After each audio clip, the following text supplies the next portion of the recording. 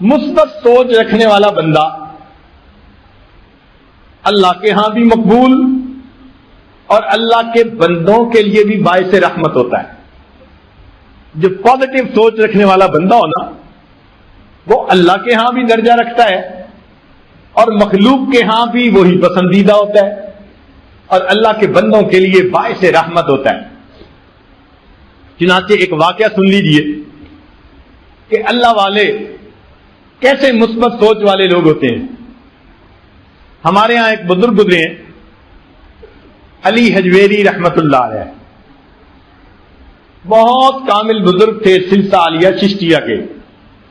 حضرت خواجہ معین الدین چشتی اجمیری رحمت اللہ علیہ، انہوں نے بنگال کا جب سفر کیا، اسی سفر میں واپسی میں لاہور سے وہ آئے اور علی حجویری رحمت اللہ علیہ کے مزار پہ انہوں نے مراقبہ کیا اور وہاں سے انہیں بہت فیض ملا.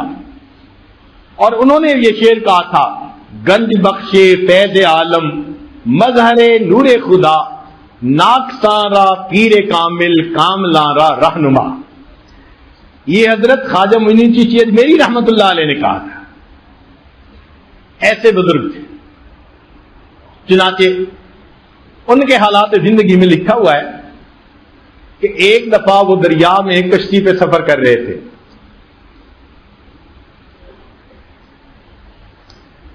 اس میں بہت سارے مرد عورتیں بھی تھے، بچے بھی تھے اور حضرت بھی سفر کر رہے تھے. دریا میں سفر کرتے ہوئے کئی مرتبہ ذرا تیز ہوا چل رہی ہوتی ہے نا، تو جن لوگوں کے سر پہ ٹوپی ہو نا تو وہ ٹوپی اڑ جانے کا خطرہ رہتا ہے.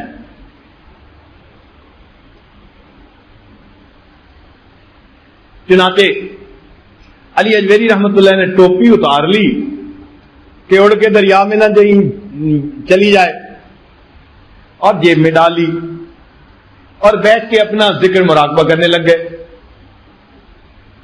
اب انہوں نے اپنے سر کی شیو کروائی تھی ایک دن پہلے اور ٹینڈ تھی، اور جب سر شیو کروائے نا تو سر بڑا ملائم نظر آتا ہے.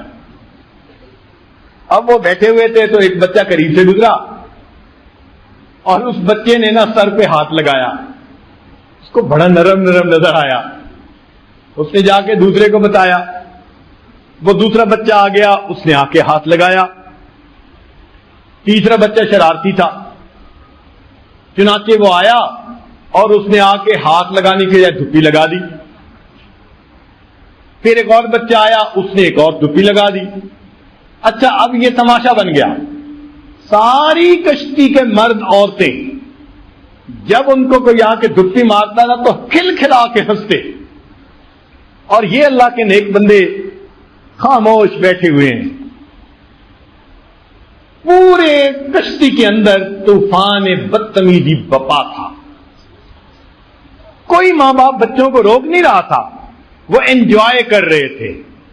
فقیر سا بندہ ہے اور بچے اس کے ساتھ شرارتیں کر رہے ہیں اور سب ہنس رہے ہیں. جب انہوں نے طوفان بدتمیزی بپا کر دیا، یاد رکھنا جب اللہ والوں کے ساتھ اس طرح مس بہیو کیا جاتا ہے پھر اللہ رب العزت اس کا ایکشن لیا کرتے ہیں. یہ لاوارث لوگ نہیں ہوا کرتے، ان کا وارث خدا ہوتا ہے، اللہ والے ہوتے ہیں. چنانچہ اللہ رب العزت نے الہام فرمایا، میرے پیارے تیرا اتنا صبر کہ تیرے ساتھ یہ بدتمیزی کر رہے ہیں اور آپ اتنے صبر کے ساتھ بیٹھے ہوئے ہیں، کوئی ریئیکٹ بھی نہیں کر رہے.